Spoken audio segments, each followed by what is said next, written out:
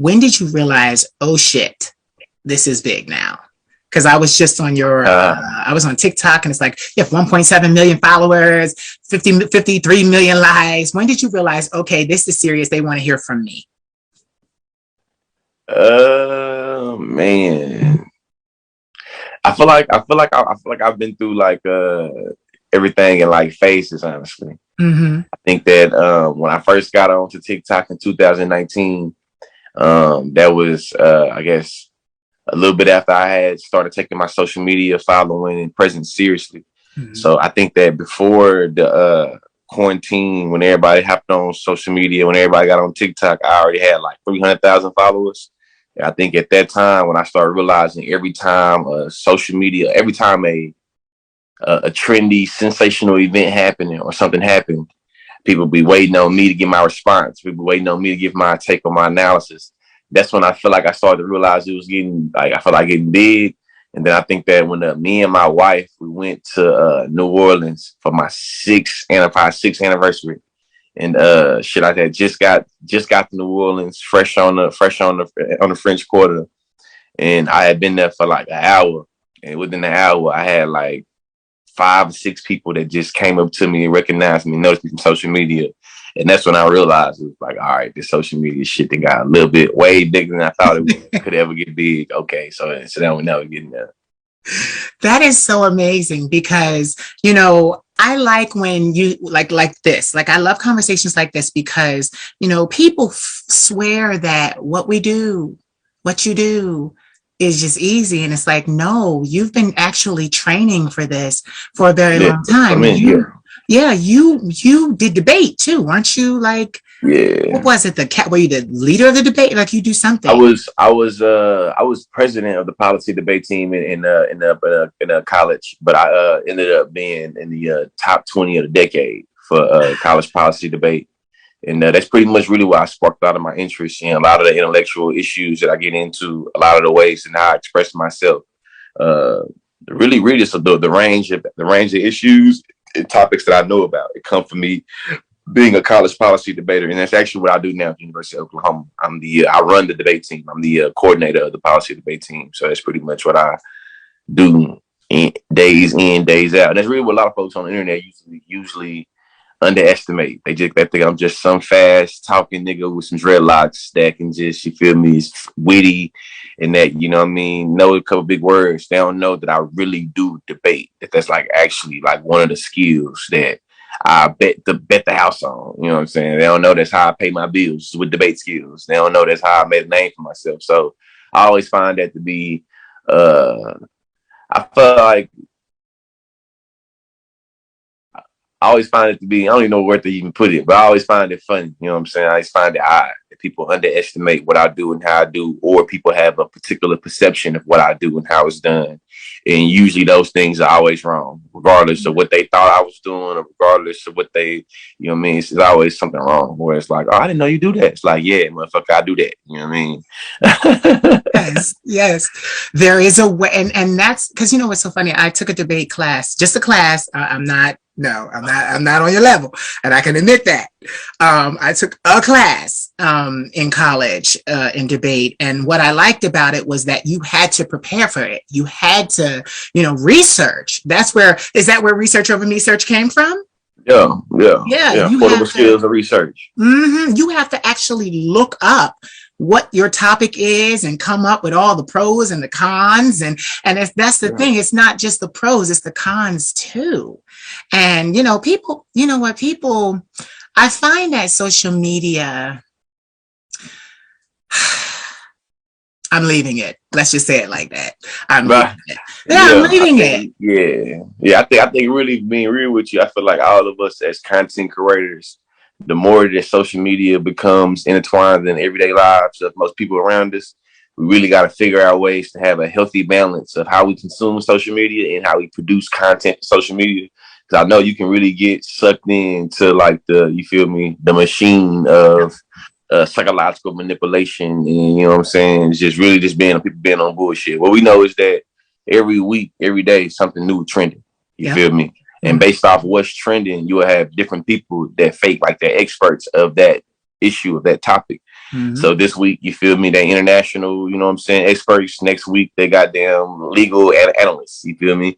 Then next week, you feel me, they are, you know what I'm saying, biologists, you feel me? It's like whatever the hell you want, you know what I mean, whatever they want to be. I think that us as content creators, though, we don't have a balance in how to, you know what I'm saying, do this compared to this, or I feel like really be able to push away from the algorithm. I think that it make it where a lot of us deal with the exhaustion, a lot of us deal with the burnout, a lot of us deal with the, you know what I'm saying, really, I feel like depression. Yeah. And, you know, I feel like you really got to figure out the way to have that balance. You know what I'm saying? I haven't posted on Instagram by 4 or 5 days. You feel me? It's about the longest I've gone without posting in a long time. But I'm just kind of preparing for the next year. It's 2022, making sure that how I move and what I do is a little bit more strategic. Trying to make it where the shit that I've been doing and getting done in 2021, really trying to figure out how to take it to the next level. As you know, we spent a lot of time on social media. We spend a lot of time producing things for social media. Yeah. So it's all about how we can make the most out of what we do on social media, especially when it comes to taking care of ourselves, paying bills, taking care of loved ones, things like that. So shit, I really just been taking these last few days for the next year, really, and just coming up with a plan. And then, of course, I got some big announcements to, you know what I'm saying, make in 2022. Almost damn near as soon as the year hit. So I really just been chilling, waiting to see what happened and how it happened. You know what I'm saying? Doing that, but really just that balance I'm talking about, really trying to just, you know, maintain it. Yeah, I gave social media for 5.5 years. I've been in the entertainment industry for 20 years. I started as a model, 19, all young and frail. I got the opportunity to go to Paris and model at 22. And it was hard. It was hard. It was so hard. I ended up coming home, but I never lost my passion. So I actually left my heart in Paris. So like literally for the last 14 years, I have built a platform, not really trying to become famous, but trying to get back to where my first love was. And now, like you said, I have all this, like for me, I have all this content because I gave, you know, social media 5 winters, 5 summers, 5 springs, 5 falls, and every holiday.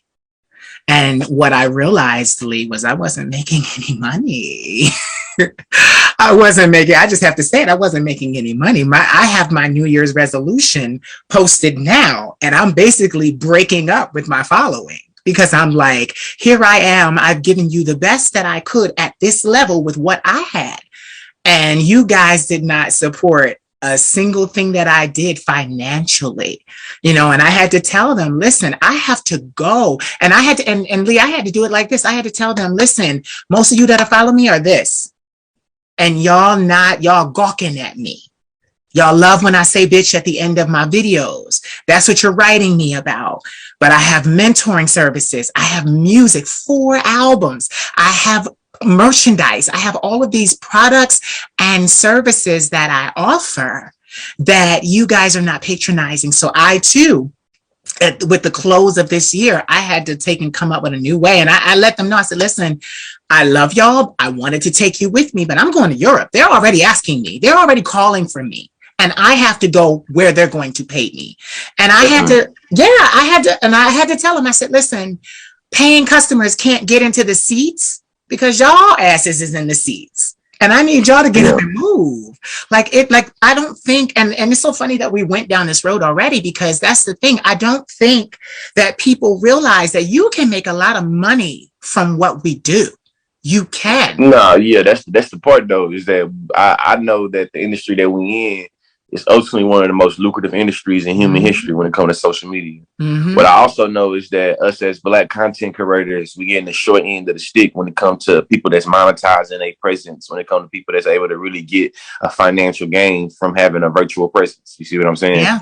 What I know though is that a lot of people around us, you know what I'm saying, 9 times out of 10, shit, this social media shit new, you know what I'm saying? So they're looking like, man, what you doing? You're wasting your time to grow up. You know what I mean? You spend too much time on the internet, X, Y, Z. So I think that they make it hard. And I feel like that's why you got to have that balance and you just recognize and you feel me what's going down. You know what I mean? In terms of what you trying to do where everybody around you telling you can't do, Right. you know what I mean? The energy, effort, time that it takes to make it where you're trying to go. Yeah. You know what I mean? I think it's just a lot of things you're trying to balance, and it's just making where social media is just a world, it's crazy world, man. Like my Facebook just started taking off. You know what I'm saying? I just started, like, you know, Facebook. I didn't have no following. I mainly had a following on Twitter, TikTok, Instagram. Here recently, my Facebook been taking off, and I know that Facebook is a little different, so I really don't really be on it like that.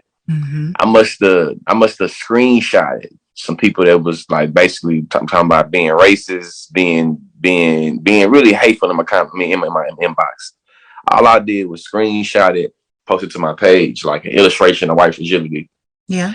One of the people, you feel me, that was in the screenshot must have seen it, got pissed off that I replied to him, and reported the post for bullying and harassment.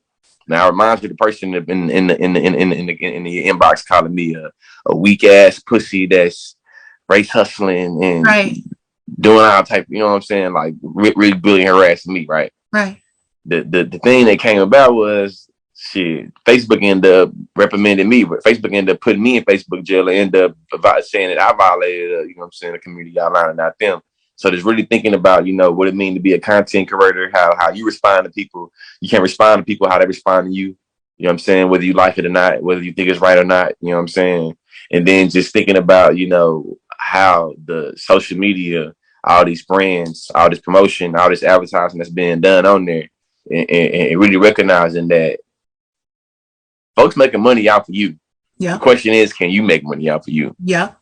I find that a lot of people don't understand that with social media, we experience the same consequences of fame, just like anybody else, just like any actor, any musician, any philosopher, any, you know, orator, any speaker. Like we have to live under the same rules, because it's like, you know, they treat us that way.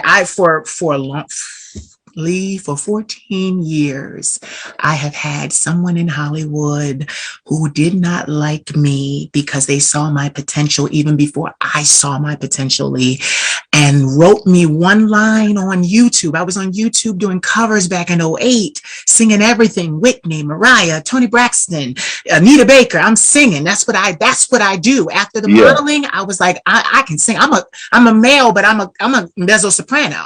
So I'm like, I'm just doing that. Wrote me a line. It said, and I'll never forget it, because I looked up to the person: I love everything about you. And then after that line, a 14-year hate campaign was launched against me. I have literally had links in my bio where you could buy things from me that all of a sudden stopped working.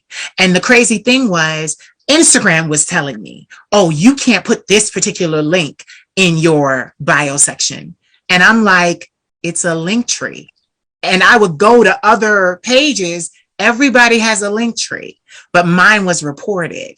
And I've had to deal with so much. Sabotage. And sabotage. But you know, it made me stronger, because you and me both, we do what we do. We're going to do that no matter what. Yeah. But it does become